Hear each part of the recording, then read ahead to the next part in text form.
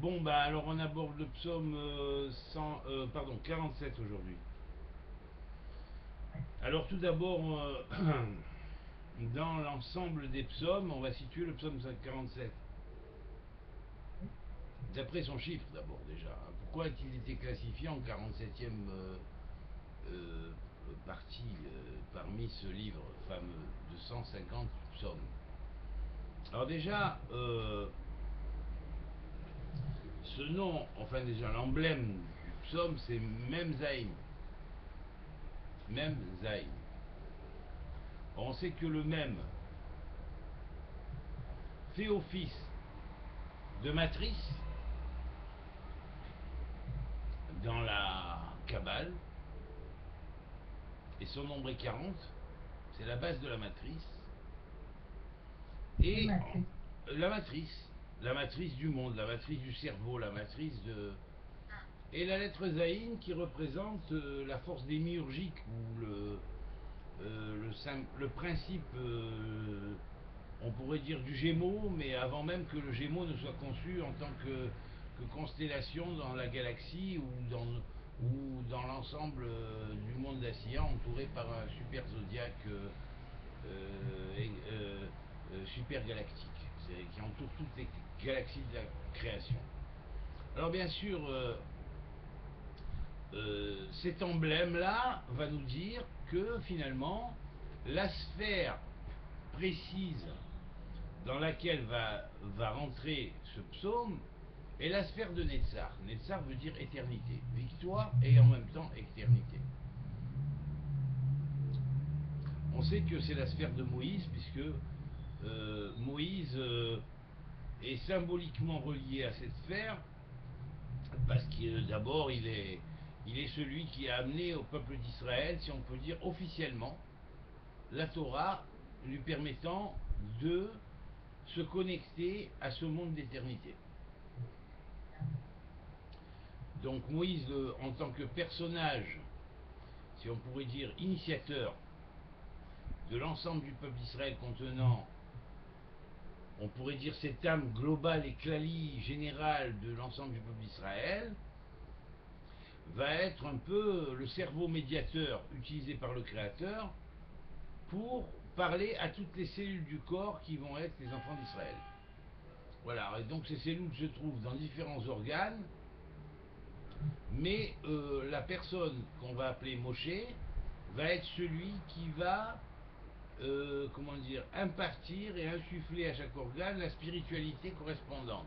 C'est pourquoi, bon, dans tout le livre de la Torah, qui est l'essentiel du Tanakh, hein, messieurs, est parsemé du nom de Moshe de partout. Et donc, il faut voir au travers de Moshe l'ouverture pour le peuple de cette éternité. Voilà. Alors donc, on a au travers de ce nombre-là les Kelim Emsaïm, c'est-à-dire les récipients ou réceptacles de réception des sphirotes. Ben, ce psaume-là se trouve dans, en général, en globalité, dans la série des psaumes liés à la Chokhmah, à la sagesse primordiale, originelle, et de cette sagesse originelle et primordiale, par le biais de l'initiateur de Netzach, l'initiateur qui va proposer au peuple la transmission de la Torah, c'est-à-dire qui va être le moyen de faire connaître le monde de l'éternité, ou le monde euh, quantique et supraquantique, on pourrait dire le monde du quantique des quantiques, dans le sens même physique du terme et dans le sens poétique du terme, avec un C ou avec un QU, selon comment on écrit quantique des quantiques, et en faisant un jeu de mots associatif en cabale phonétique entre quantique des quantiques et quantique des quantiques. Voilà. Donc Moshe va être, ou Moïse va être celui qui est le médiateur pour transmettre l'éternité aux mondes qui ne sont pas encore éternels, aux créatures qui ne sont pas encore éternelles ou qui ont un embryon, qui sont à un stade embryonnaire de développement de l'éternité, mais qui ne l'ont pas encore commencé à la développer. Et donc Moïse va être le médiateur de cette chose-là. Alors, bien sûr, on sait qu'il y avait une marloquette entre Moïse et Korach. Et là, bon, ben, le psaume est dédié aux Bnei Korach, qui eux, les Bnei Korach, ne sont pas associés à la faute de Korach. Et on pourrait dire que c'est grâce au fait qu'ils ne se sont pas associés à la faute de Korach que par la suite va venir le tikkun de toute l'assemblée de ceux qui étaient avec Korach. On sait que c'était une Kehila ou un ensemble de personnes qui étaient environ 200 contestataires, si on peut se dire, de la médiation de Moïse pour transmettre au peuple. Voilà. Alors, on va voir d'abord que il faut bien prendre conscience, il y a la matrice cosmique, c'est-à-dire ce grand cerveau supérieur spirituel qui va agir sur tous les organes du cosmos qui sont les mondes créés dans notre espace Big Bangique, on pourrait dire de Big Bang. Mais l'évolution du monde telle qu'elle s'est faite dans le Big Bang et après le Big Bang et dans l'histoire est partie d'un principe qui lui est dans le monde quantique lui-même. Or on dit, j'avais dit la dernière fois, que la Torah était l'origine du monde quantique. C'est elle qui construit le monde quantique. Alors bien, on va comprendre ici qu'au travers de ce psaume, on va peut-être un peu mieux comprendre quelle est la valeur de la Torah et en quoi la Torah est la constructrice du monde quantique. Vous allez voir, vous allez avoir quelques révélations, peut-être déjà, d'après l'architecture des nombres au travers de ce psaume. Cette architecture de nombres, on va voir ensuite qu'en fait, elle crée une sorte de... puisqu'on a vu que les psaumes, chaque psaume, c'était comme un... c'est pas une galaxie, mais c'est une proto-galaxie. C'est quelque part, c'est un système géniteur de galaxies. Alors il y a 150 psaumes, c'est des principes géniteurs des galaxies du monde dans lequel nous vivons. Alors donc, bien sûr, comment ces galaxies sont générées? Bien sûr que c'était commandé par un autre monde qui est au-dessus de ça et au-delà du Big Bang qui est le quantique. Mais le quantique lui-même, il va dépendre bien sûr de la Torah de Moshe, de tous les ensembles des textes de la Torah, qui ont résumé l'histoire, toute l'histoire qui est déjà précédente par cette Bible avant la Bible, ou cette transmission d'avant, émanant de mondes qui sont des mondes beaucoup plus évolués que le nôtre. Et puis, on va voir que la Torah va reprendre ça d'une manière codée et va être le livre en fait base codée de tout l'ensemble des lois qui gèrent le monde nouménal par rapport au monde phénoménal qui est le monde dans lequel nous vivons. Alors effectivement, bon, on parle d'histoire aussi, mais l'histoire, c'est juste pour nous aider à comprendre un petit peu, donc le parallèle historique va exister, et on va voir comment, à partir du monde spirituel, et du monde quantique, justement, construit par la Torah, comment va se créer, on pourrait dire, les univers du temps. Et c'est ce psaume-là qui va nous faire comprendre comment se font, par l'intermédiaire de ce qu'on appellerait les bâtisseurs du temps, hein, qui sont, on pourrait dire, des maîtres quantiques qui vont, comment dire, influencer le monde dans son évolution, ces maîtres quantiques ou ces en fait visages divins émanés du Créateur suprême vont inférer dans la création et selon des modes extrêmement précis de construction d'espace-temps vont créer les espaces-temps en fonction. Voilà. Alors maintenant, nous abordons le psaume, on va voir tout d'abord la traduction. Alors, l'amnacéa, l'ivne korach mizmor. Alors déjà tout de suite, l'amenacéa, ça veut dire pour le chef d'orchestre ou au chef des choristes. Hein. Et là, bien sûr, l'amnacéar, ça peut vouloir dire aussi l'amenacéar, celui qui vainc ou celui qui transmet l'éternité. Alors on voit un petit peu, finalement, la galaxie comme un zamar, comme une chanteuse, hein, les différentes galaxies comme des chanteuses, et le psaume, dans toutes les galaxies sur lesquelles il va interférer, bien sûr, va émettre les chants, mais, la musique des sphères va commencer à résonner dans les mondes, mais attention, il y a un chef d'orchestre. Et là, dès le premier verset, on nous dit L'Amnatiach Livne Kohar, au chef de chorisme, au Lévite, fils de Corée, psaume, Mizmor. Mizmor, on sait qu'on revient à la racine, Mizmor, qui veut dire en fait chanteuse ou galaxie chanteuse. Hein? Kol Ha'amim Tikraukaf, Assemblée des nations, frapper des mains. Alors là, bien sûr, il ne s'agit pas des nations terrestres, hein, mais plutôt des nations célestes, existant dans tous les mondes. Aussi bien les nations terrestres, hein, bien sûr. On parle des nations terrestres, mais pas que des nations terrestres. Alors, Kol Amim, Aramim, Tikrokaf, frapper des mains. Applaudissez, quoi. Ari'ou, Ari'ou les Elohim Bekol Rina. Rendez hommage au honneur et faites retentir en l'honneur de Dieu des cris de joie. Et le mot kol rina veut dire à la fois bon, des cris de joie, mais aussi il veut dire des verbes de joie.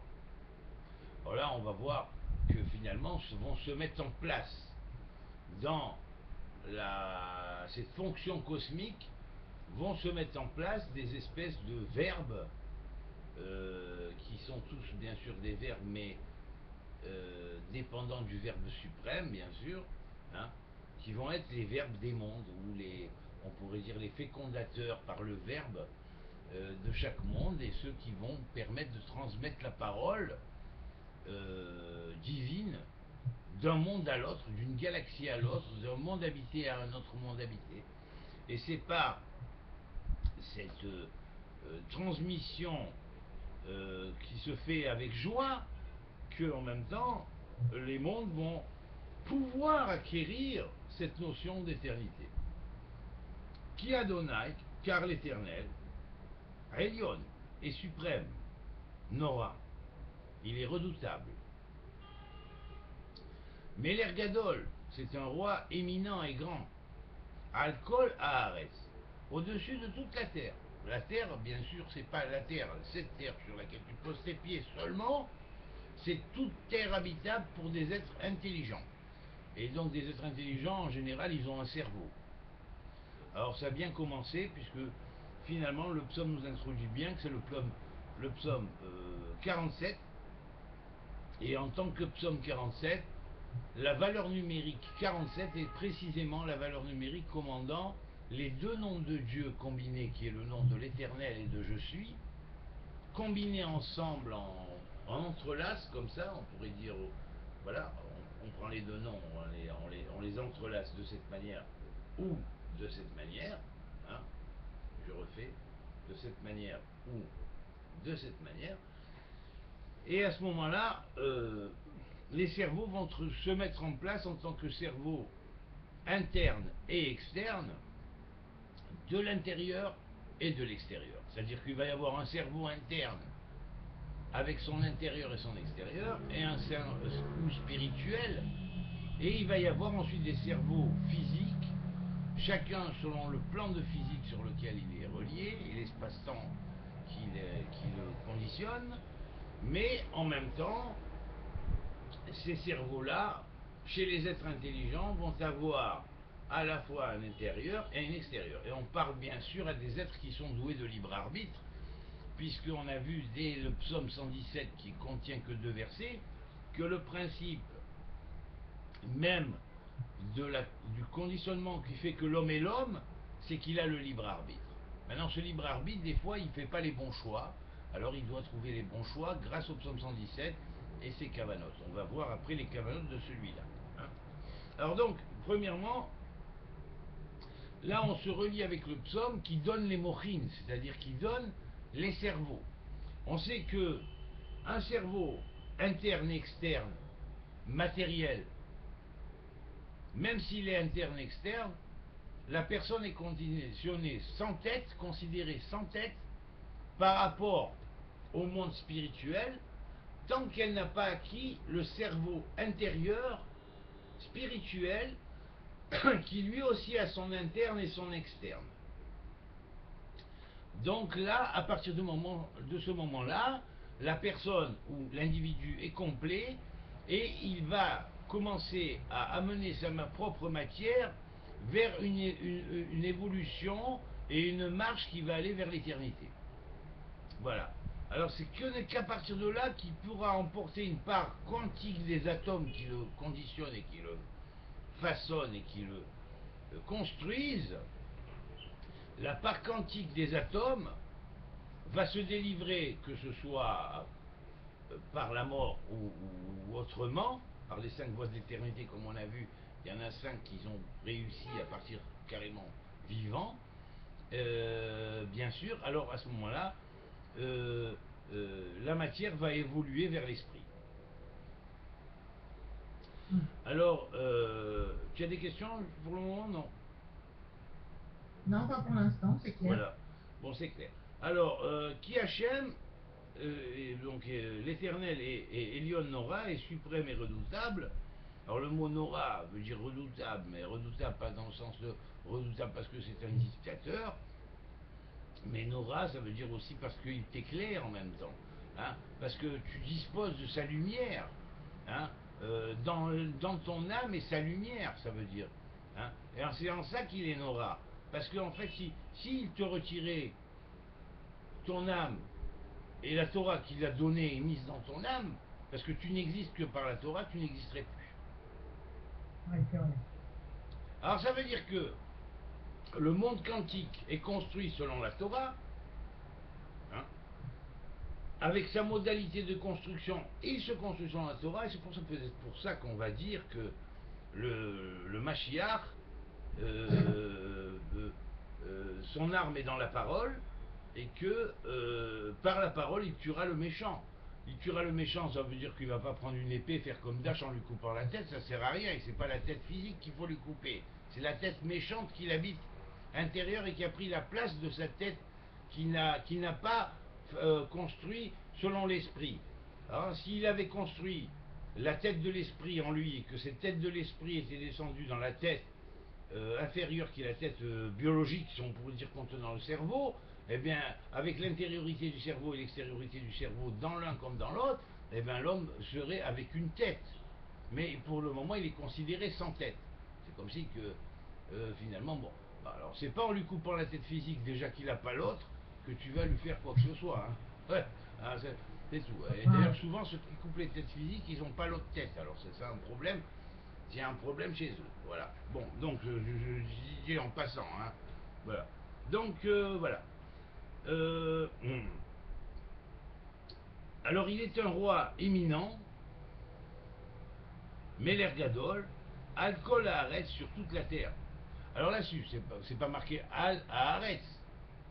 Sinon, tu pourrais croire que c'est que la Terre sur laquelle tu poses tes pieds et qu'il n'y a pas de vie dans les autres planètes, il n'y a pas des exoplanètes qui sont semblables à la Terre où une vie est possible. Et s'il y a une vie possible, cette vie qui a été donnée possible dans cette planète, dans la planète, comment dire, l'exoplanète, un jour ou l'autre, grâce à certains changements atmosphériques qui vont se faire avec les temps, et pour ça les comètes vont être les aigles du ciel symboliques qui vont amener les éléments manquants dans une planète pour son développement. Hein, toute exoplanète, si la vie commence à germer dessus, il faut savoir que cette vie, elle commence peut-être un temps embryonnaire pour cette planète-là, même si elle a commencé 1 million, 2 millions, 3 millions d'années avant pour une autre planète, vous comprenez, qui s'est développée plus haute, plus vite, avant. Alors bien sûr, évidemment, le but que la vie germe dans une planète, c'est pas pour qu'elle en reste à un stade, comment dire, qui serait complètement primitif. Elle va rester à un stade primitif peut-être 1000 ans, 2000 ans, 3000 ans, 10 000 ans, 100 000 ans, 1 million d'années terrestres. mais un jour ou l'autre, il va y avoir une comète qui va la toucher, qui va provoquer peut-être la semence d'un gène précis qui, grâce au travail que le cerveau d'en haut fait sur chacune de ces cellules dans les planètes en bas, va permettre l'éclosion des cerveaux biologiques qui un jour vont germer avec une intelligence qui sera douée de libre arbitre et qui un jour ou l'autre, bien sûr, pourra se développer et devenir, comment dire, des anges de la catégorie des Ishim en formation. Voilà. Donc, c'est-à-dire une humanité cosmique en formation. Voilà. Alors, nous, on est à notre stade, il y en a d'autres qui nous ont précédés, il y en a d'autres qui nous succéderont.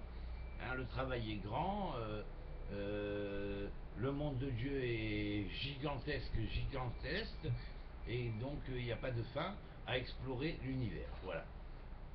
Et tout cela, il l'a mis pour nous, pour notre bienfait, pour que nous jouissions de sa création et que nous progressions dans la compréhension et dans l'aide mutuelle et dans la convergence et pas dans la dissidence et pas dans la dissension. Voilà. Donc j'essaye de dire, bon, c'est vrai, pour être bien tolérant, c'est vrai qu'il faut être tolérant même avec les intolérants. Des fois, on essaie de l'être, mais il y a des moments, des fois, où certains intolérants dépassent les bornes. Alors, on est obligé de dire, bon, bah voilà, là-bas, ça quand même, ça a dépassé les bornes. Voilà.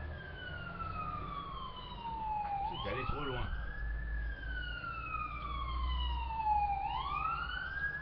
Alors, voilà.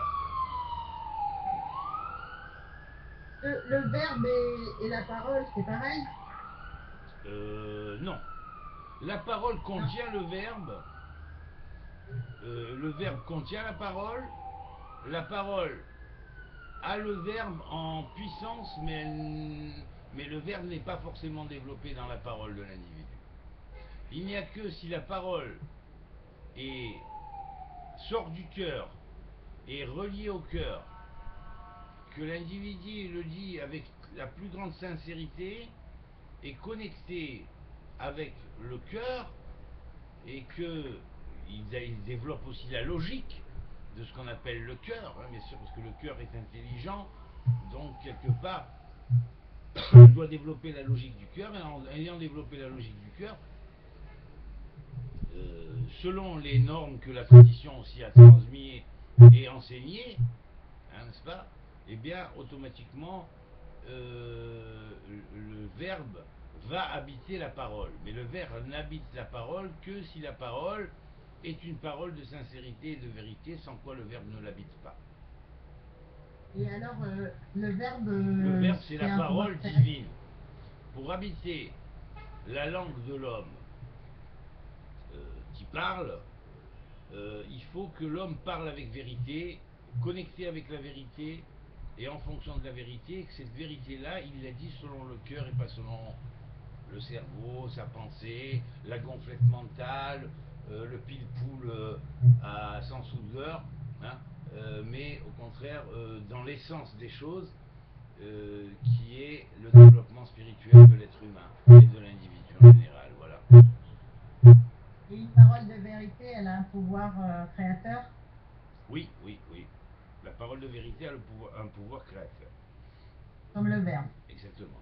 Alors c'est en ça qu'on dit, par exemple, que le Mashiach aura la parole, l'épée de la parole, quelque part, symbolique, et c'est dans sa bouche, par sa bouche, il pourra, et son souffle, il pourra annuler le méchant. Voilà. Donc ça c'est une des bases. Donc cette annulation du méchant se fait par la base du monde quantique lui-même, puisque c'est sur les bases du monde quantique que la Torah est construite, et donc le monde quantique, pour lui, on n'est rien. Le peu d'existence qu'on a de ce Yesh nous vient d'un Haïn, qui est le monde quantique, qui est le plein être, en fait, en réalité, qui nous apparaît pour nous comme un néant, mais qui est l'origine de l'être et de l'existence et de tout ce qui apparaît selon le monde des apparences, selon les modalités de construction des espaces et des temps tels que les grands maîtres quantiques de cette, de cette Torah cosmique ont pu transmettre les bases du monde quantique pour la construction et l'échafaudage du monde quantique, de façon à ce que le monde quantique puisse, grâce à cette Torah qui est préexistante à la création elle-même, y compris le monde quantique, n'est-ce pas, il va donner et insuffler les lois pour donner au monde quantique la possibilité de construction, même après d'espace-temps, selon les modalités de construction que le monde quantique dispose pour créer ces espaces-temps et ces mondes d'apparence qui vont être les mondes phénoménaux qui jaillissent tous d'un monde nodal qui est un monde purement spirituel qui lui a sa racine dans le monde quantique, voilà. Et donc d'une matière qui n'est pas physique.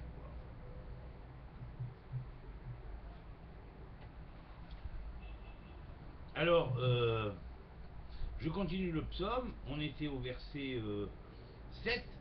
Alors, Idaber Amim Tahtenu, il parlera aux peuples qui sont en dessous de nous, c'est-à-dire en fait ces entités du monde quantique qui vont s'adresser aux humanités, aux planètes, aux êtres qui sont dans les mondes. Bien évidemment qu'elles sont toutes comme des verbes qui vont féconder ces mondes et ces planètes et ainsi de suite, et qui vont féconder quelque part spirituellement ou donner les germes de l'évolution vers l'esprit et vers l'éternité pour ces mondes. Alors bien sûr, le verset dit, il soumettra les peuples, c'est pas qu'il soumettra, c'est très mal traduit, et d'abord à Amim, il parlera aux peuples qui sont en dessous de nous, hein, ou les Omim et les nations. Là ici quand on parle de Amim, ça veut dire, ça désigne les peuples avec leur côté positif et négatif, hein, alors que le mot Goïm n'est pas comme Amim, puisque Goïm symbolise les peuples avec plus leurs défauts, c'est-à-dire les défauts des égos des peuples. Chaque peuple a ses défauts qui sont dus au développement de l'égocentrisme correspondant on pourrait dire, au chauvinisme qu'on a vis-à-vis de son peuple. Et puis, ces défauts enlevés, on devient amim. C'est-à-dire qu'on devient déjà plus équilibré, c'est-à-dire que les individus formant le peuple vont être des individus avec du positif et du négatif, par l'influence du peuple qui va les influencer, grâce aux us et coutumes de ce peuple, mais il n'aura pas encore fait le tri entre les bonnes et les mauvaises choses héritées du peuple auquel il appartient.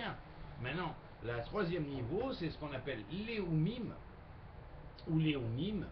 Alors là, l'éoumim, on est dans un autre degré qui correspond à la conscience collective d'un peuple, des individus d'un peuple en évolution, et la conscience collective des peuples en évolution vers une ONU cosmique, ou une ONU planétaire, une ONU correspondante à l'exoplanète à laquelle ils appartiennent, qui leur permettra d'aller vers l'ONU spirituelle de la même planète, parce que celle-là, elle est gérée par des maîtres qui sont en connexion directe avec le quantique, n'est-ce pas, avec le monde quantique, et donc, ils vont être connectés avec le plan futur de ce qui va s'appeler le développement de la planète, et ça va être des individus qui vont recevoir un éclair prophétique, une révélation, ou quelque chose qui leur permettra ensuite d'être, on pourrait dire, les ambassadeurs symboliques, hein, de cette ONU spirituelle, hein,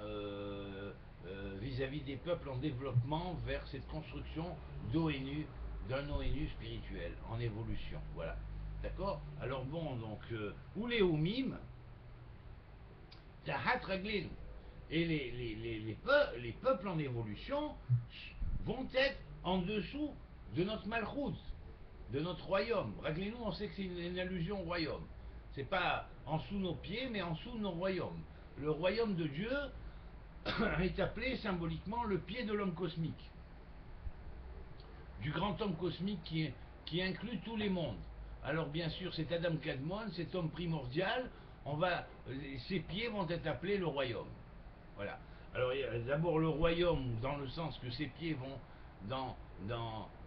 penchent vers la mort lorsque le démiurge influence vers les mauvais choix, et puis il fait les mauvais choix dans la force démiurgique, et puis en faisant les mauvais choix, il va quelque part une partie de son être va mourir, et même si la partie supérieure reste grâce à Dieu toujours consciente de son éternité, mais une partie de l'être de cet homme va mourir, et ensuite après il y aura le tikkun qui va permettre le rétablissement du royaume, et dans ce rétablissement du royaume, le monde qu'on appelait le royaume, qui était le royaume dans lequel l'homme était plongé selon les normes d'un royaume qui était sous ce qu'on appellerait l'arbre de la connaissance du bien et du mal, va devenir la norme de l'arme de vie, hein, et à ce moment-là,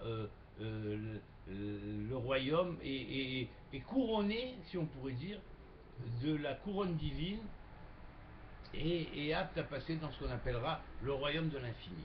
Alors cette sphère qui est la plus basse finalement va devenir la sphère la plus haute après son tikkun, et ce qu'on avait appelé le Gmara-Tikkun, d'où l'importance du tikkun et du Gmara-Tikkun dans ce cycle adamique que nous essayons de réaliser.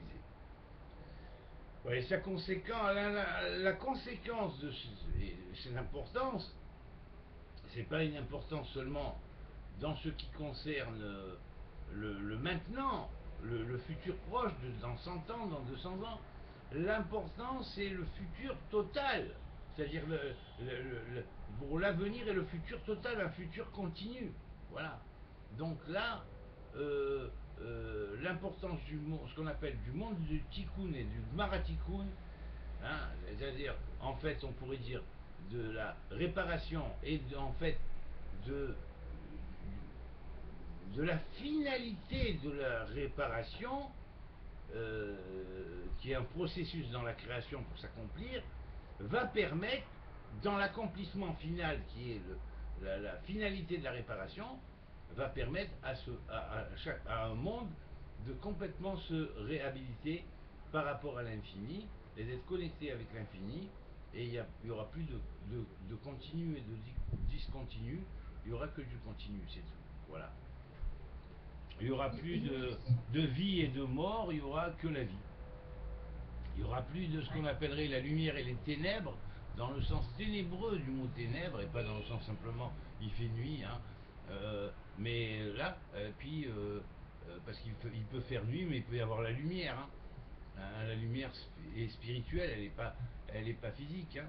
Et la lumière, ça n'a rien à voir avec ce que certains abrutis disent. La lumière, c'est Lucie, je sais pas comment, hein. Et puis voilà. Bon, maintenant je précise quand même, hein, parce que il y en a quand même quelques-uns qui vraiment, ils auraient besoin de retourner au béaba de la compréhension de la Kabbalah, parce que franchement, la manière dont ils interprètent, c'est vraiment, même un enfant qui commencerait à faire ses premiers pas dans la vraie Kabbalah ne penserait pas comme ça, hein, enfin, de la manière dévoyée dans laquelle ils le voient, hein, bien sûr, hein, qui n'est que le reflet de ce qu'ils goûtent en eux-mêmes, en fait. Voilà. Bon, enfin, je vais dire bon maintenant que Le fait oui, que, le fait que Kol Haaretz, ça désigne cette Terre et des galaxies, enfin des exoplanètes, oui, oui. dans un mot comment dire, comme un singulier, ça veut dire qu'il y a des connexions, voire des influences. Kol, c'est pas marqué Kol Haaretz, Kol Haaretz. c'est marqué Kol Haaretz. Ça aurait pu être marqué. Attends, je retrouve le passage, 5 secondes. Bon, Ah, voilà. Ou Meler Gadol Al Haaretz. Ça suffisait, hein. Il est un grand roi sur la terre. Sur, sur ouais. terre, voilà. Là, c'est pas marqué comme ça, c'est déjà si c'était marqué ou Meler Gadol à la Haaretz, sur la terre, c'est déjà toute la terre, mais c'est pas forcément que cette terre-là, ça pourrait être aussi d'autres terres semblables à cette terre-là. ou d'autres exoplanètes du monde de Asiya. Mais là-bas, c'est pas marqué. Seulement, Meler Gadol al Haaretz, Meler Gadol al Kol Haaretz. Le Kol qui en plus dit pas seulement dans l'univers de Asiya, mais aussi dans les 6 cieux supérieurs qui sont au-dessus du ciel de Villon Shamaim, qui est notre ciel, incluant toutes les galaxies depuis notre Big Bang de notre monde. Hein, il y a au-dessus de ce ciel qui est le premier ciel, il y a le deuxième ciel, troisième ciel, quatrième ciel, cinquième ciel, sixième ciel et septième ciel. Donc qui vont inclure donc tout l'univers de Asiya pour le premier ciel, et pour le deuxième ciel, les troisième, quatrième, cinquième, sixième et septième ciel, tout l'univers de Yetzira, ou monde embryonnaire de formation des anges. Voilà, on pourrait dire comme ça.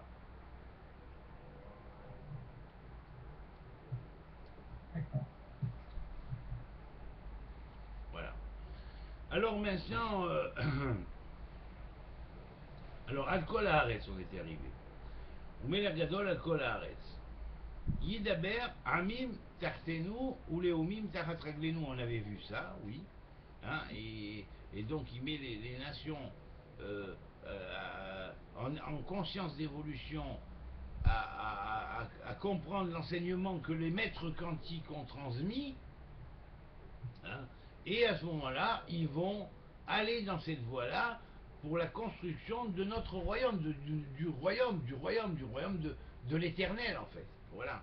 Alors, Yibhar lanu al nahalatenu. Alors il nous rendra notre héritage.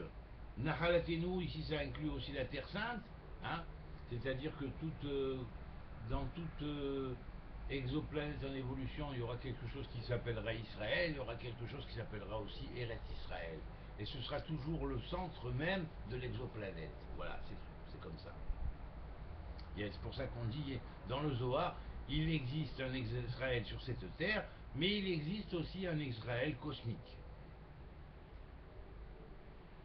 Alors,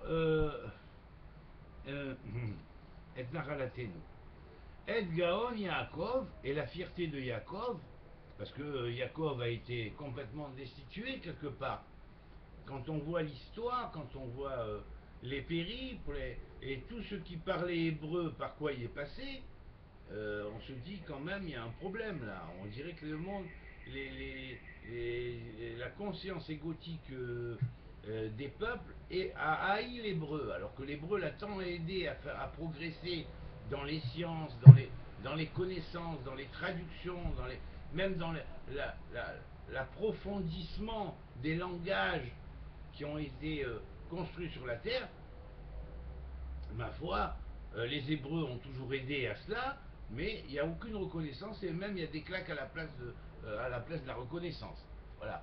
C'est-à-dire qu'on lui crache dessus, on va cracher sur le peuple d'Hébreux, on va cracher sur les Hébreux, et on va cracher même sur l'Hébreu quelque part, hein, et cette non-reconnaissance était demandée ici par David, qui représente le royaume lui-même, et il dit comme ça, Et Geon Yaakov, et la splendeur, la fierté de l'héritage de Yaakov, hein, Asher Ahav,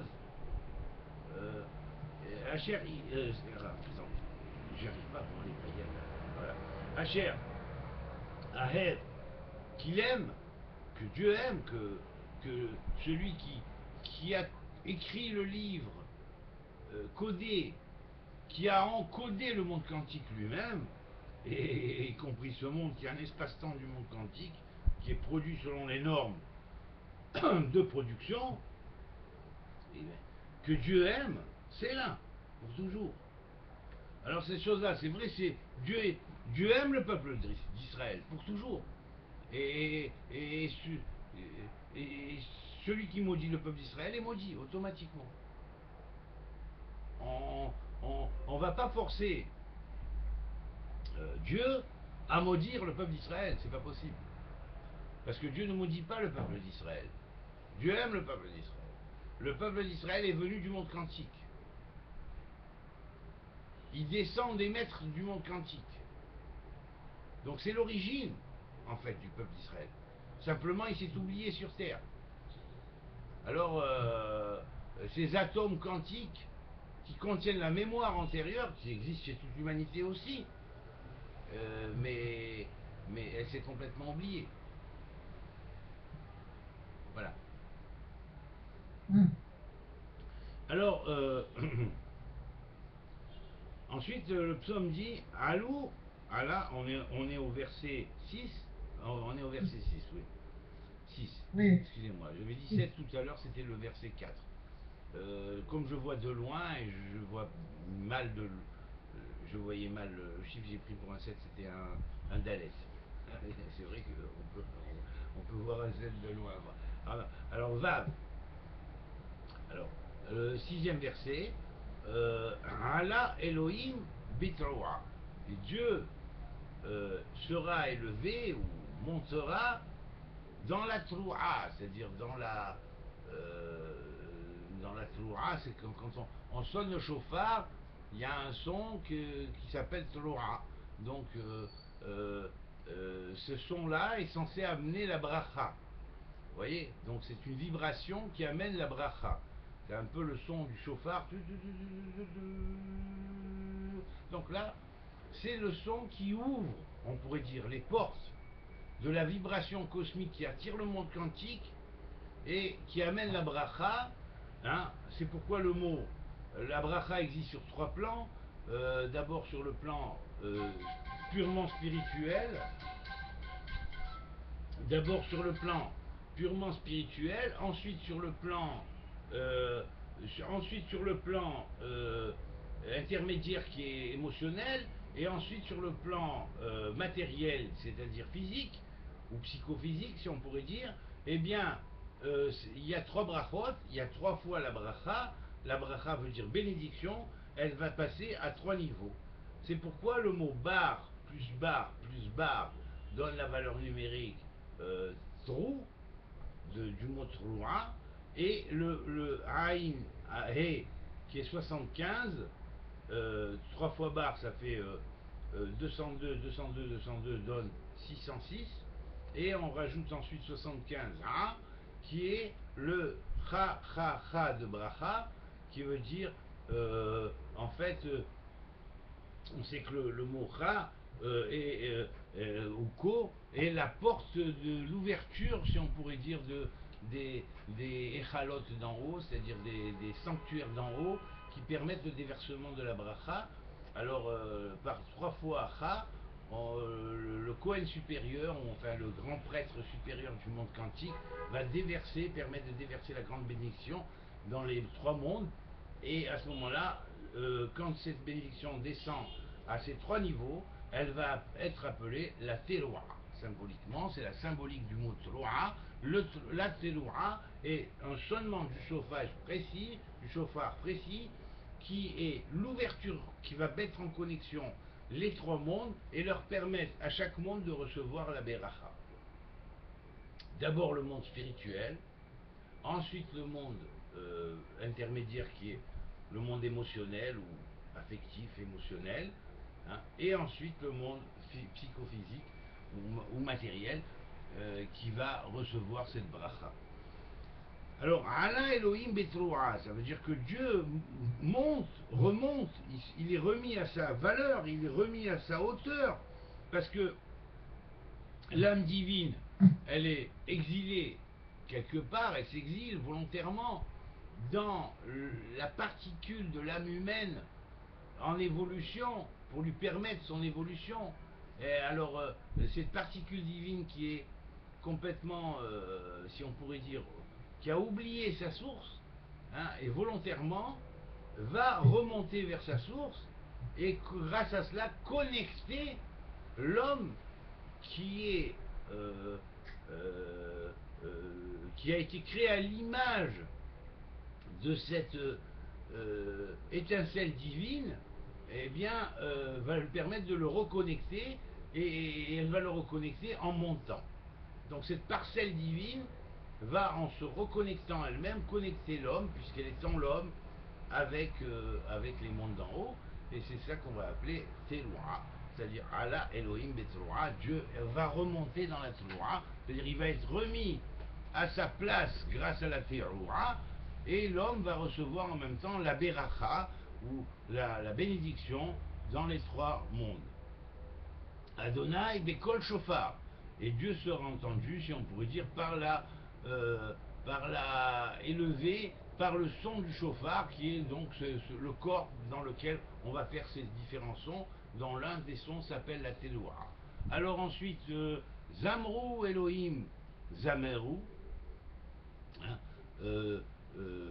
Zamarou, on veut dire chanter, chanteuse, galaxier, de vos chants galactiques et musique des sphères, vous les chanteuses, donc célestes, qui sont les galaxies, avec toutes les sphères qu'elles incluent, planétaires, et qui chantent la gloire de Dieu, n'est-ce pas? On appelle ça le chant des sphères, et donc, en l'honneur de Dieu, hein, chantez, donc, et ça David, dans ce psaume,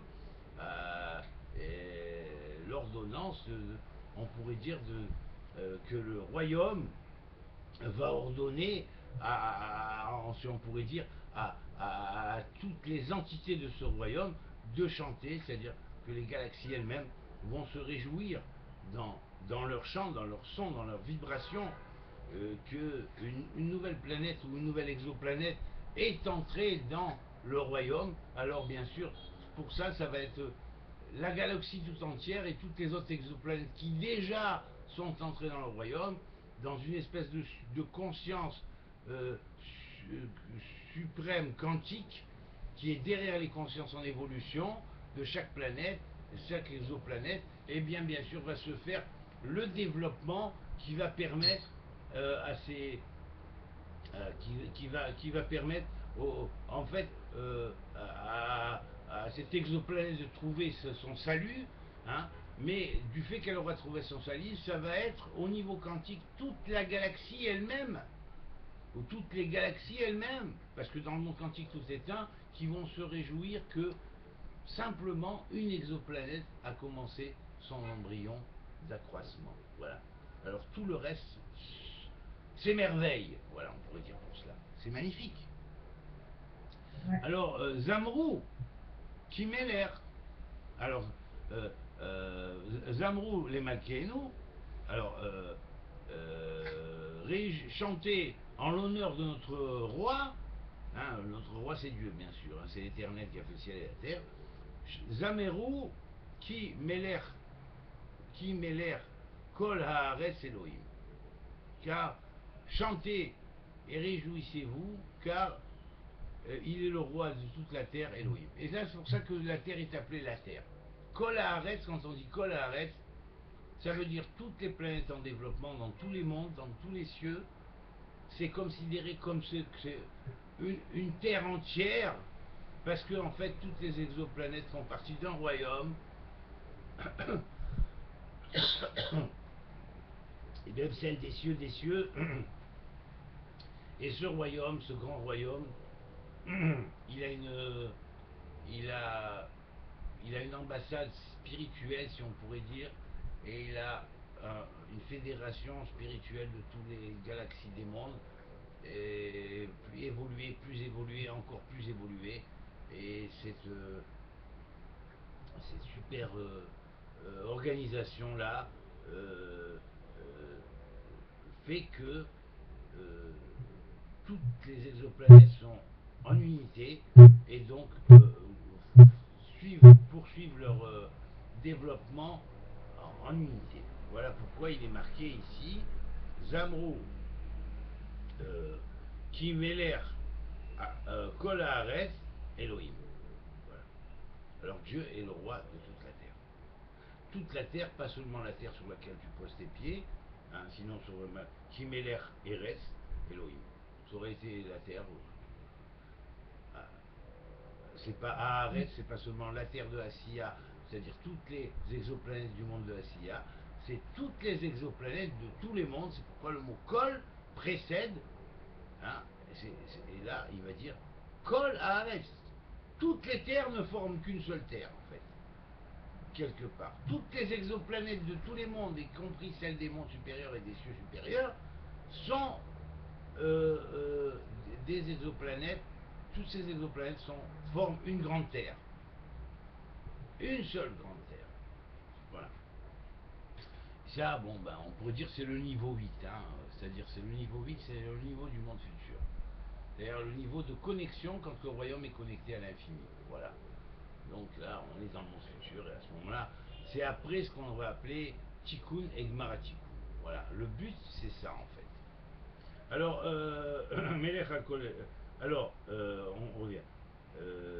Zamrou chantait, Maskil avec intelligence, Melech Elohim, car Dieu est roi. Ag Goïm, sur les peuples. Mais là, on parle sur les égaux des peuples. Il est au-dessus des égaux des peuples. Alors les égaux des peuples eux-mêmes doivent comprendre et commencer à évoluer et commencer à dire, bon, on va enlever nos œillères, on va enlever nos mauvaises tendances, on va enlever notre manière de visualiser les choses à un niveau restreint et uniquement en voyant nous-mêmes.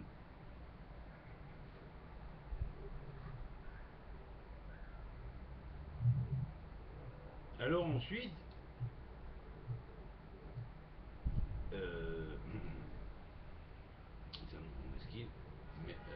Maskil, Melech Elohim, Al-Goïm, sur les peuples, donc sur les égaux des peuples qui devront eux-mêmes évoluer, parce que le but de ce psaume, c'est justement de les faire évoluer.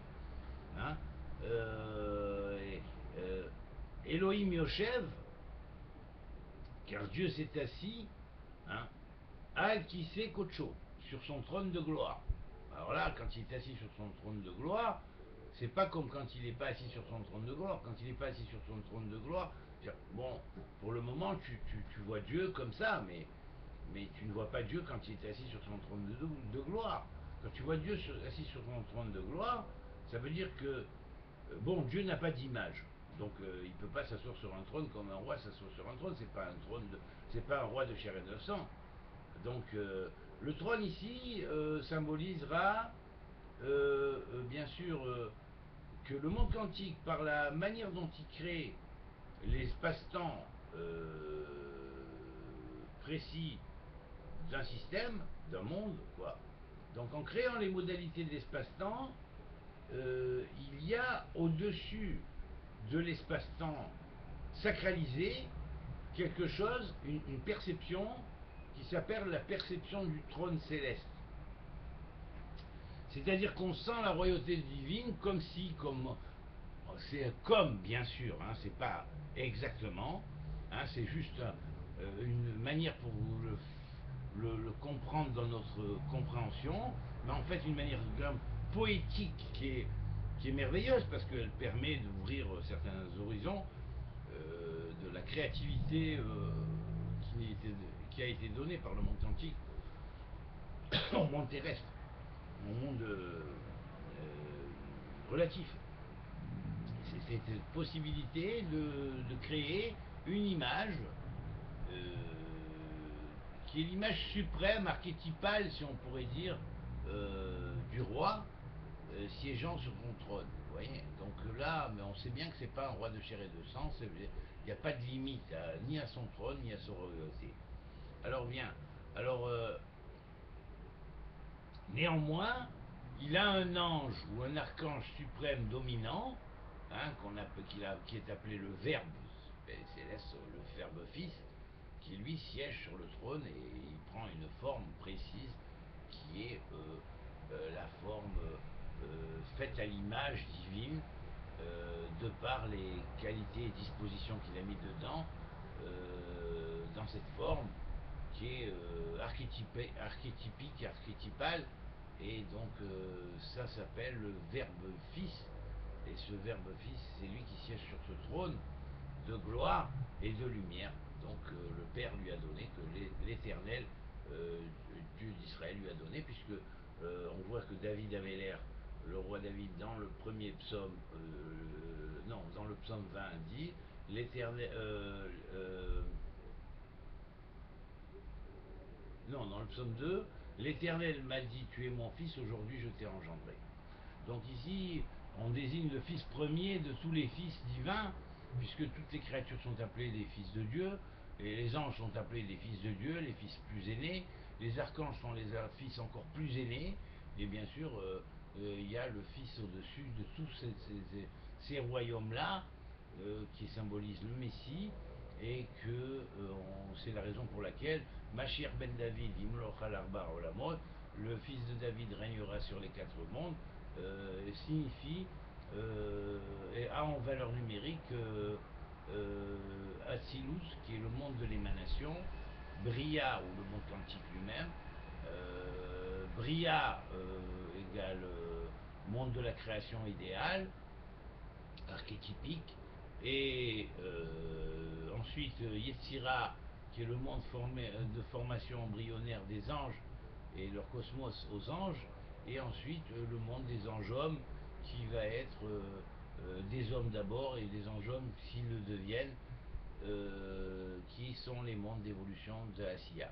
Alors bien sûr, quand on compte Atzilut plus Bria plus Yetzira plus Asiya égale Mashiach ben David, Imloch al-Arba Olamot, le Mashiach, fils de David, régnera sur les quatre mondes. Voilà, donc les quatre mondes sont appelés donc Atzilut, Bria, Yetzira et Asiya. Monde d'émanation, monde de création idéale, monde de formation embryonnaire des anges et de leur cosmos, et monde psychophysique, incluant toutes les galaxies des hommes anges en formation ou des hommes tout court. Voilà, tant qu'ils ne sont pas formés. Voilà. Alors, le psaume va bientôt conclure en disant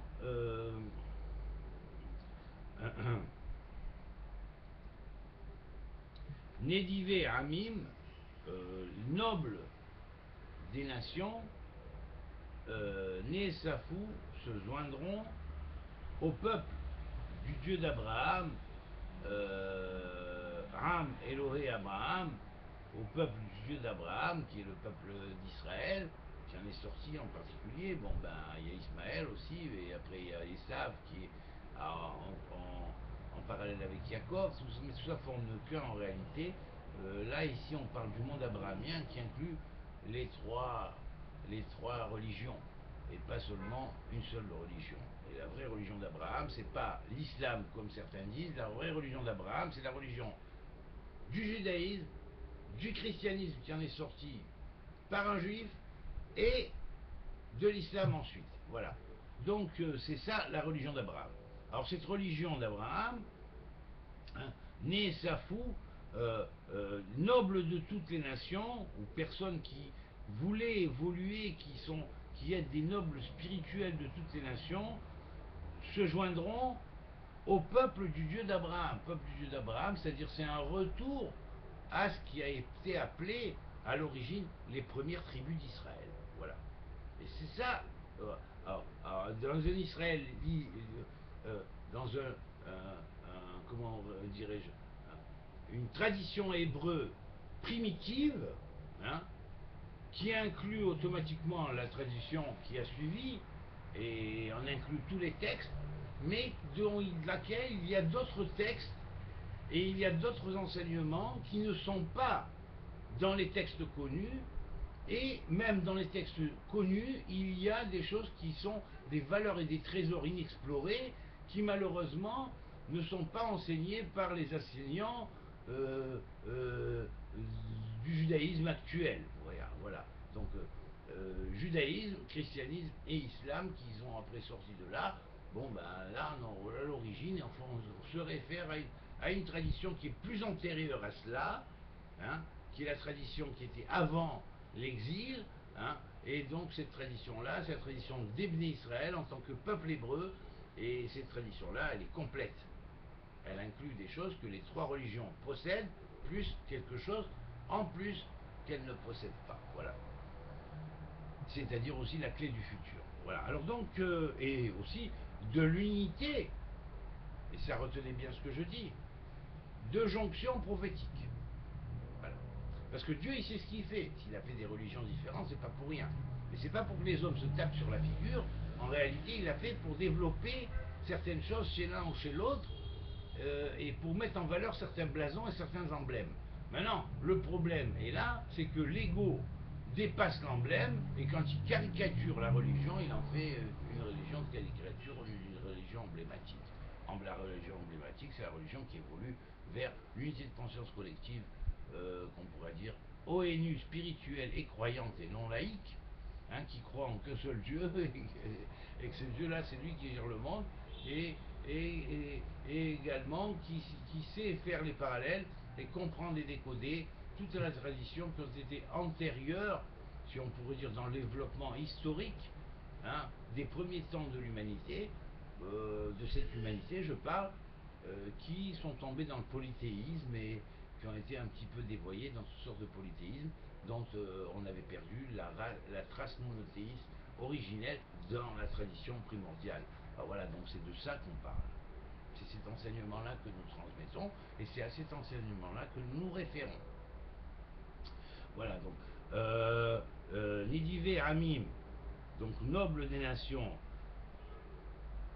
joignez-vous, qui se joignent tous, oui, Am, Elohé Abraham, devenez tous le peuple du Dieu d'Abraham. Mais le peuple du Dieu d'Abraham, c'est, vous savez, Abraham a aussi, n'est pas seulement le père de judaïsme, christianisme et islam, les trois religions monothéistes, il est aussi le père de ce qu'on appelle le tikkun sur les religions qui étaient monothéistes à l'origine et sont tombées dans le polythéisme, tel qu'il y en a en Inde, au Tibet ou ailleurs dans notre peuple. Et ça, c'est les enfants que Abraham va avoir avec Keturah, qui vont être envoyés vers l'est ou vers le Levant, qui vont préparer les bases du tikkun sur ces traditions qui étaient monothéistes à l'origine dans la tradition primordiale, sont devenues polythéistes à un moment donné par mauvaise interprétation, et donc il va falloir travailler là-dessus pour arriver à symboliquement les remonothéiser. Et sachez qu'il y a dans ces traditions-là des vérités et des dévoilements qui aussi sont ignorés d'une vision de certaines religions monothéistes à partir du moment où on est un monothéiste à EIR. Hein. Un monothéiste à EIR, ça veut dire un juif qui voit que par le judaïsme et qui ne comprend rien d'ailleurs, le chrétien qui comprend que à part l'Église il n'y a pas de salut, et donc ça c'est des religions caricaturales, ou l'islamiste qui se dit oui, Dieu c'est comme ça, et puis voilà, et on est la dernière des religions, il n'y aura pas d'autre après, et on est en réalité les premiers, machin, bon, tout ça, c'est des délires de l'ego, hein, qui doivent être supprimés pour apprendre le respect de l'un et de l'autre et reformer la grande tradition divine qui est une et qui se fera par l'unité prophétique de la grande religion d'Abraham, qui inclut aussi bien le judaïsme, le christianisme et l'islam en tant que religion monothéiste à la base, et toutes les autres qui sont une remonothéisation de religions qui étaient monothéistes à l'origine et qui sont tombées dans les polythéismes par des erreurs de l'histoire, voilà, des mauvaises interprétations.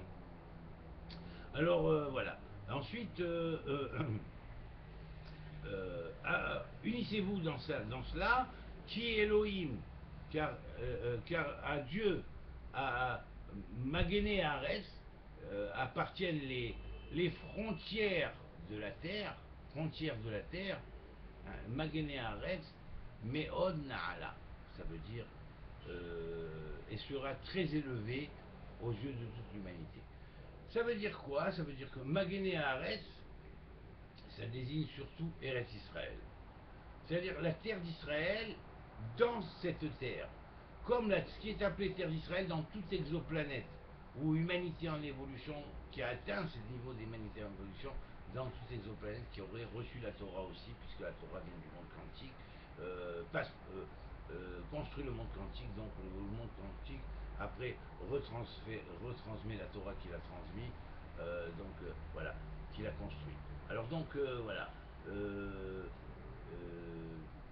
Magéné Haaretz jusqu'aux frontières de la terre, hein, et il sera très élevé aux yeux de toute l'humanité. Voilà, Meod Naale. Alors agrandi.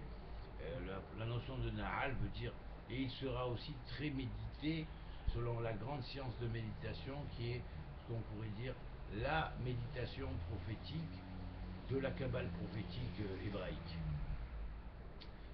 ça le thème Naala est appelé. Voilà. Naala veut dire aussi bien méditation, mais elle veut dire aussi fermer.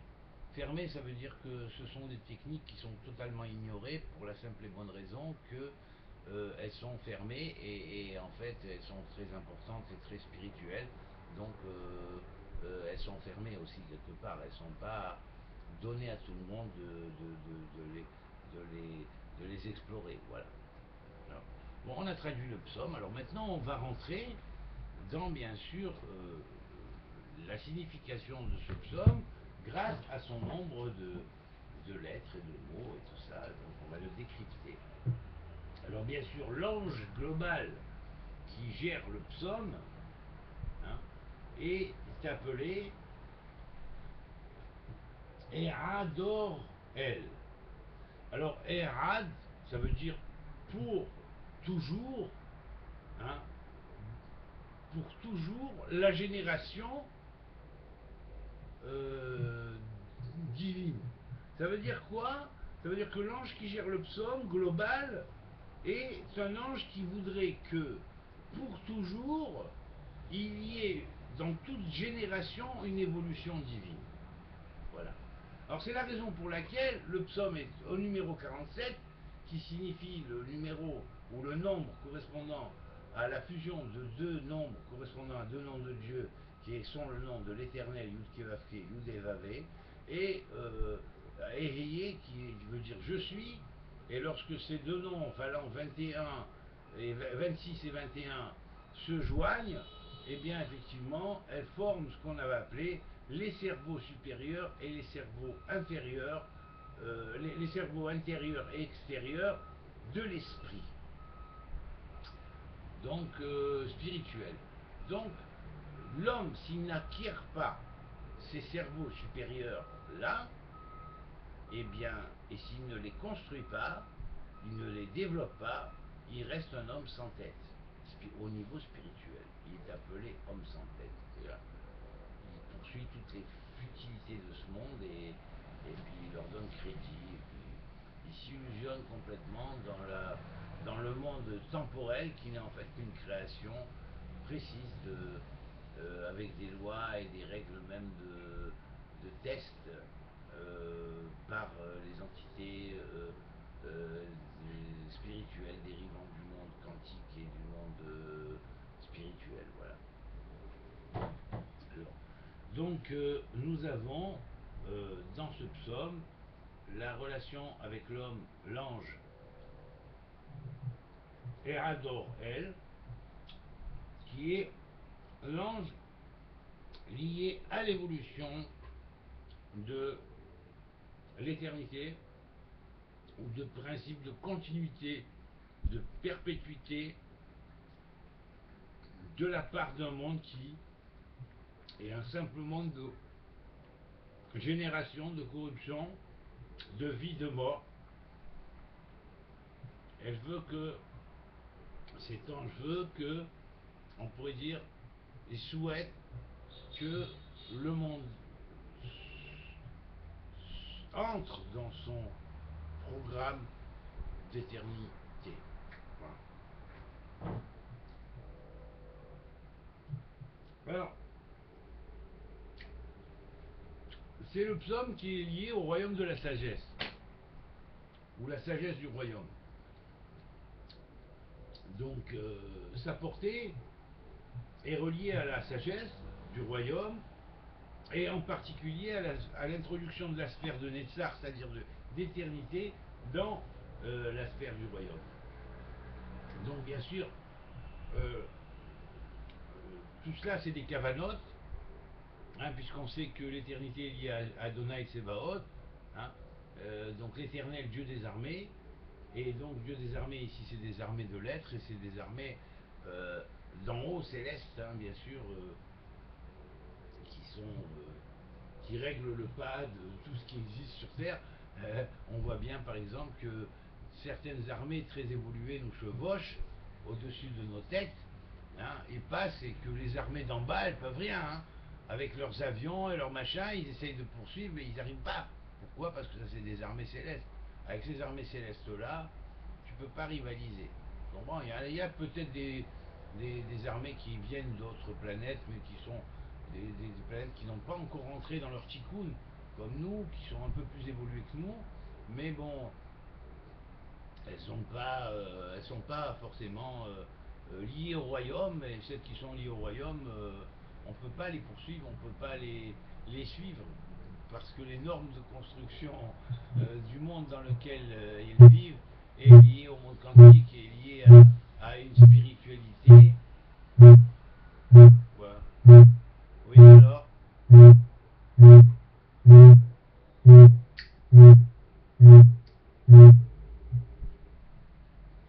Et il y a une spiritualité qui euh, se développe selon des normes qui sont au-delà des nôtres, voilà, et de notre technologie. Donc, il y a une technologie du quantique aussi, du royaume dans le quantique, mais ça, c'est pas pour maintenant, c'est pour demain. Demain, dans un futur lointain, bien sûr. Assez lointain, disons. Mais on commence déjà à en voir les prémices. Alors, bien sûr,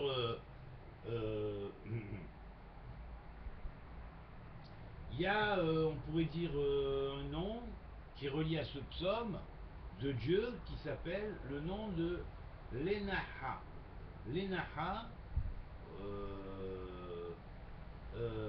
c'est s'écrit Lamed Nun Het He. Et là, sa valeur de ce nom, c'est le nom du bouclier. On voit que la fin du psaume nous parle du bouclier. Or, le bouclier se dit Magen, la fin du psaume disait Magene Haaretz, les boucliers de la terre. Alors, les boucliers de la terre, ça veut dire oui, c'est vrai que le royaume, dans sa bonté, a mis des points dans certaines pyramides, dans certaines constructions qu'il a fait faire même déjà avant le monde adamique, le cycle adamique. Il a mis on pourrait dire des boucliers pour la terre.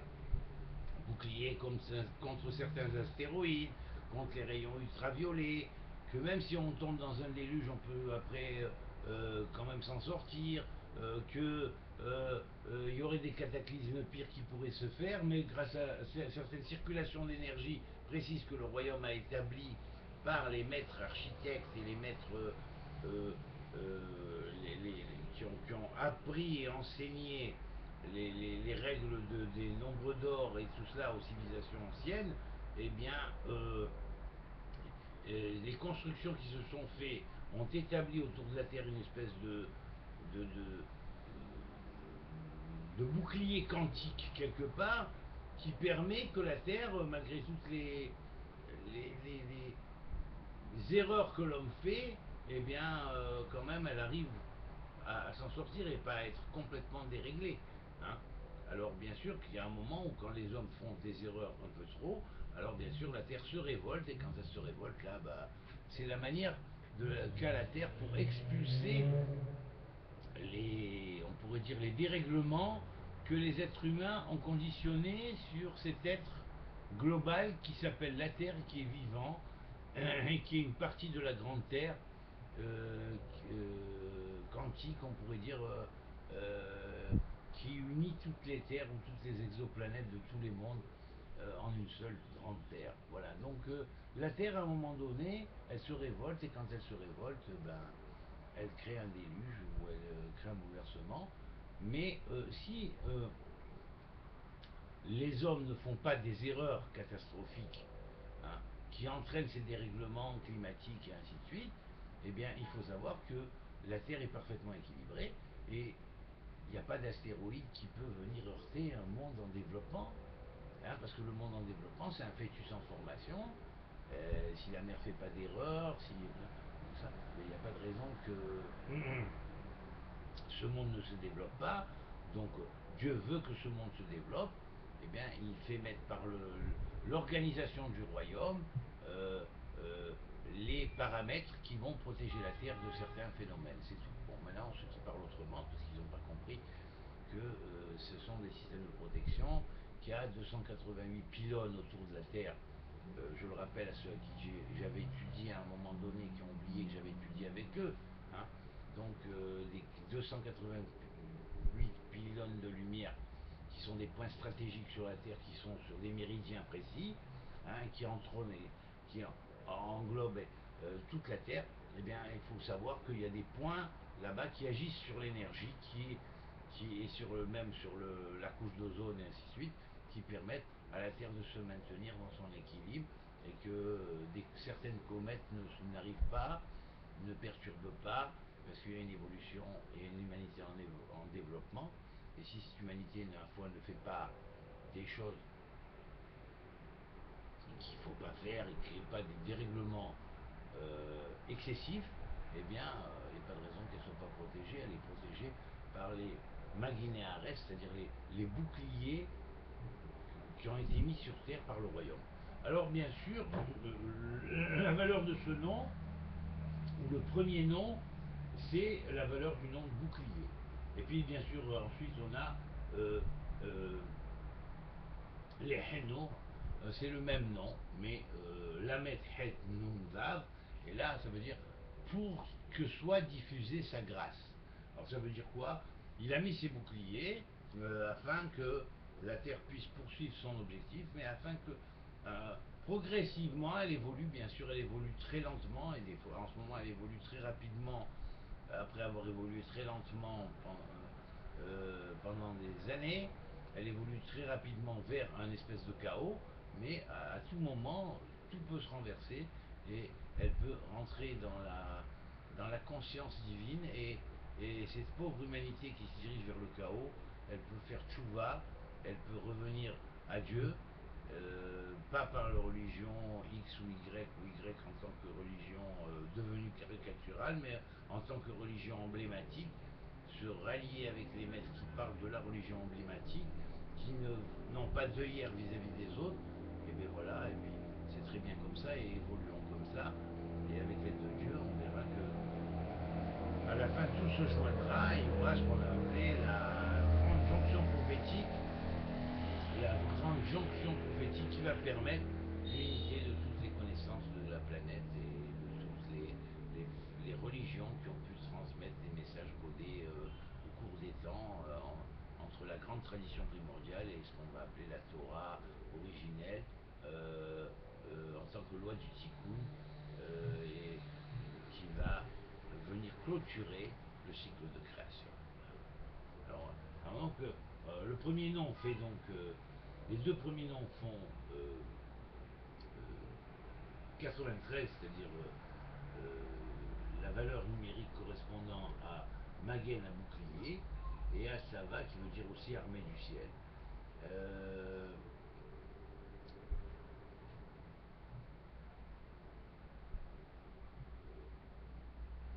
Alors ensuite, bien sûr, c'est bon aussi ce psaume, c'est vrai qu'il est bon pour la femme qui est enceinte, qui a des difficultés ou qui ressent des douleurs de l'accouchement, pour qu'elle accouche mieux, pour que son accouchement se fasse sans douleur. Et souhaitons de même la connexion de tous les individus avec leur cerveau intérieur sur cette terre, afin que l'accouchement du monde de demain se fasse aussi, pas avec un accouchement avec douleur, ou un accouchement par césarienne, avec du sang qui va couler, la mère va être obligée de souffrir, que Dieu préserve, ou alors le monde sera accouché sans douleur, voilà, sans douleur, c'est-à-dire par les sages de la terre qui vont parler, qui vont s'unir et qui vont coordonner leur action de façon à faire cette paix et à construire cette véritable religion, reconstruire cette véritable religion d'Abraham, ou du moins commencer à être prêt à la recevoir. Et dans ce cas-là, vous savez, je serai tout à fait prêt à en enseigner les prémices. Et à rétablir les points manquants, ou à les connecter entre eux, pour bien montrer la trame. Voilà. Alors bien sûr, après, on a deux autres noms de Dieu qui sont en fait composés l'un et l'autre des mêmes lettres, qui sont les Haro, hein, c'est-à-dire on pourrait dire pour qu'elles soient éclairées, hein, lire haut, afin qu'il voit, et bien sûr, il contient les lettres de Lahore, hein, pour la lumière, hein,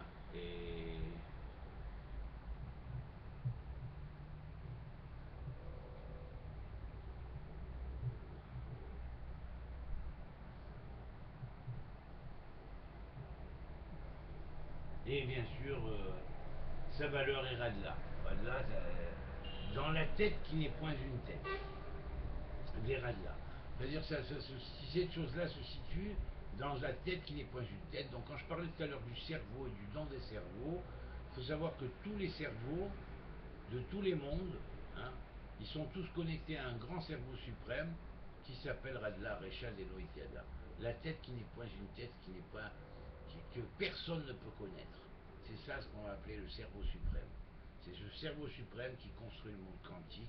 C'est ce cerveau suprême qui écrit le livre de la Torah et qui l'encode, et pour encoder l'histoire de tous les temps et préparer à cette Bible précédant la Bible en tant que Bible reçue, et rentrer dans l'histoire, mais elle va rentrer dans l'histoire en même temps encodée d'une manière qui fait toute la richesse de ce livre, encodé parce qu'il est la clé de l'évolution future de l'humanité et la clé de l'évolution par le déchiffrage futur des grands codes qu'il y a à l'intérieur de ce livre qui finalement, hein, résume bien ce qu'a dit David, qui était le poète galactique, David, le roi David, hein, qui a dit: à toute science j'ai vu des limites, mais à ta science éternelle je n'en ai point vu. Voilà. Alors ça c'est une des sentences de David, et je crois que David connaissait bien le monde quantique, parce que tous ceux qui connaissent les miracles sont en relation avec le monde quantique quelque part. Voilà. Et c'est pas pour rien que son fils a appelé fils de David, Salomon a écrit le Cantique des Cantiques. Voilà. Alors, on va terminer sur ces paroles un peu optimiste, mais avant tout, je tiens à clore quand même en disant que en donnant encore deux clés de nombre très importantes, hein, qui sont la clé du nombre de lettres du verset et la clé du nombre de mots. Alors la clé du nombre de mots, c'est 77. Alors 77, c'est la valeur numérique de Oz, qui veut dire la force, la puissance, mais en même temps, ça veut dire aussi le mazal.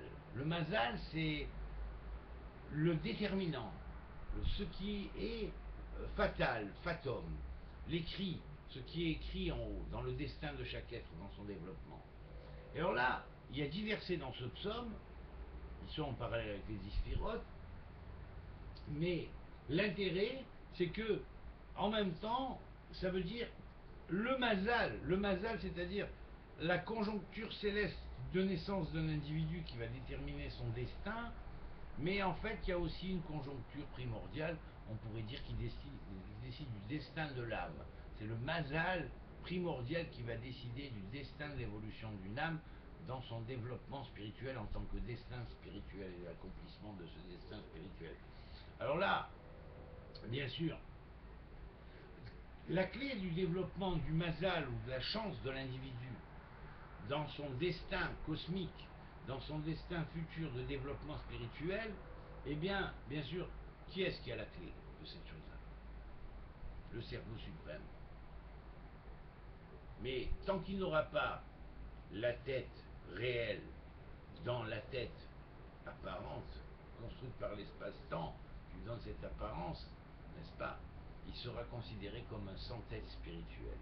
Alors donc il va se connecter avec les cerveaux spirituels en récitant le psaume humblement, en disant: ô Éternel, fais venir sur moi et descendre sur moi mon mazal aïlion, c'est-à-dire mon mazal suprême, mon destin suprême, afin qu'il m'éclaire et qu'il me guide dans la voie que Dieu attend de moi, et que j'en fasse les bons choix, parce que j'ai appris, grâce au psaume 117 maintenant, à me développer en faisant les bons choix. Et puis, bien sûr, hein,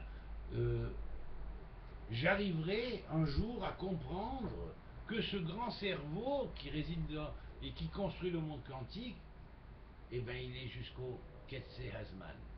Vous voyez, à Ketz Hazman, c'est-à-dire la valeur numérique du nombre des lettres est égale à Ketz Hazman, la finalité des temps.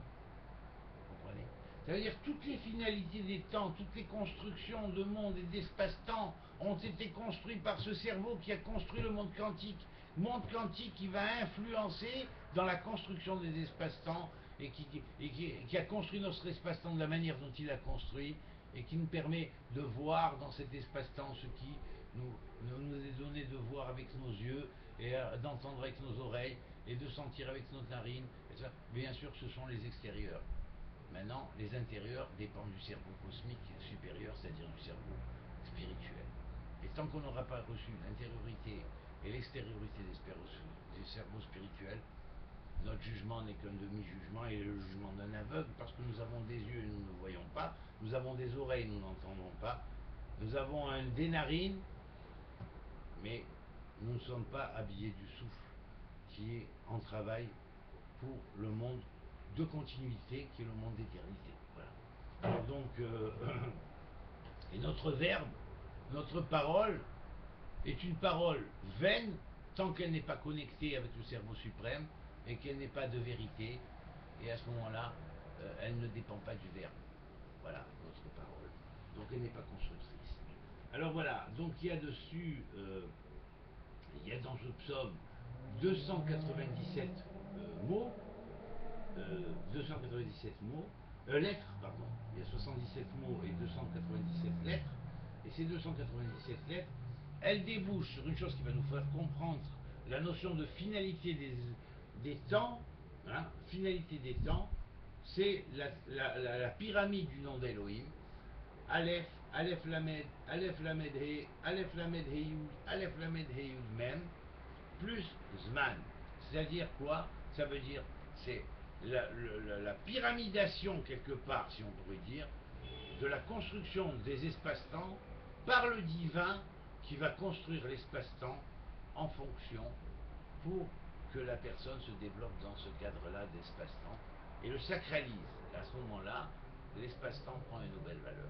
Voilà, une valeur qui va être codée selon le Mazal Elyon et pas selon le Mazal Tarton, c'est-à-dire selon la disposition du destin spirituel et de son évolution et pas selon la destination du destin matériel et son évolution pour avoir des choses que des fois on veut avoir pour l'éternité alors qu'en fait un jour ou l'autre on devra les abandonner. Voilà. Voilà.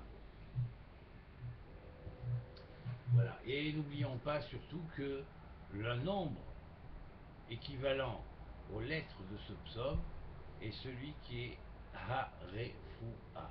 Harefoua, c'est-à-dire la guérison.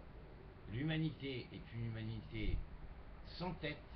Quand elle deviendra une humanité avec tête, la tête guérira l'humanité. Et à ce moment-là, il y aura la Refoua, la guérison. Voilà. Et la guérison est dépendante de l'ange Raphaël, qui est relié à ce qu'on appelle le monde du Malchut, ou le royaume. Voilà. Donc on va clore ici avec ce psaume et je pense que qu'est-ce que tu penses, Monique? Ça va? On a à peu près tout dit. Enfin, j'ai à peu près tout dit.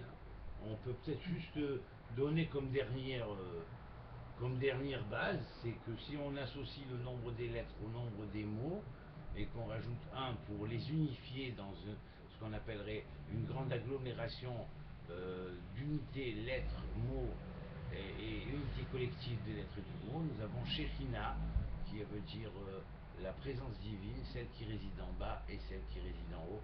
Présence divine qui, lorsqu'elle se sentira euh, euh, que l'étincelle de l'être commence à rentrer en développement par sa connexion avec les cerveaux supérieurs, elle va commencer à évoluer, alors on dira Ala Elohim Bitroa.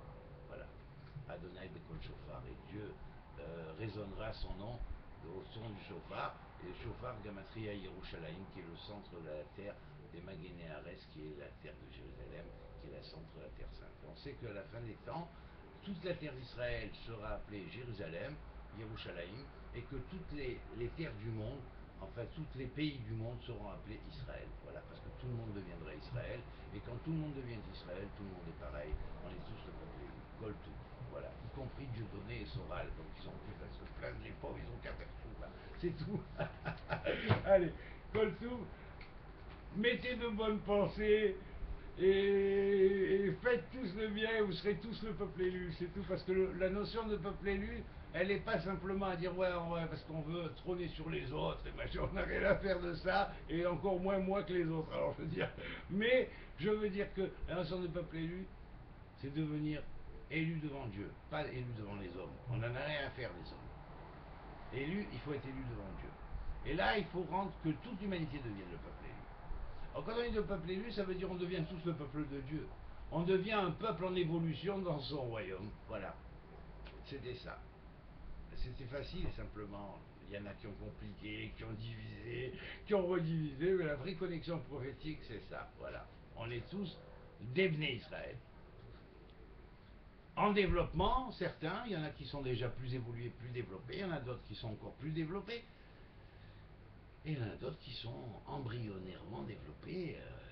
Conscience en développement, des fois, quand elle voit que l'individu se développe pas, qu'est-ce qu'elle fait elle lui fait l'anticonscience. Elle lui fait tellement voir de noir de ça qu'après, il commence à faire un délire, et puis il s'imagine que, attention, c'est des sorciers, ils manipulent le monde. Ah, franchement. Ah, comme si on avait que ça à faire. Non, mais franchement. Ah là là. Ah, vraiment, vous me faites rigoler, hein, franchement. Ah là là. Plus, j'ose pas dire, C-O, oui, N, que ça, tu meurs, hein, franchement. Et ceux qui y croient, les pauvres. Bon, allez. Que Dieu vous bénisse à tous et faites les progrès qu'il faut pour qu'on devienne cette humanité. Et je sais qu'il y en a qui écouteront et que Dieu fasse qu'il soit de plus en plus chaque jour. Et j'espère qu'un jour, sur toute la terre, on chantera ce qui est marqué dans ce psaume. Et qu'on se connectera avec tout l'avenir de l'humanité. Voilà. Coltouf. Allez, Monique, on continue à parler en privé. Allez, au revoir. Et bien, bonjour à tous.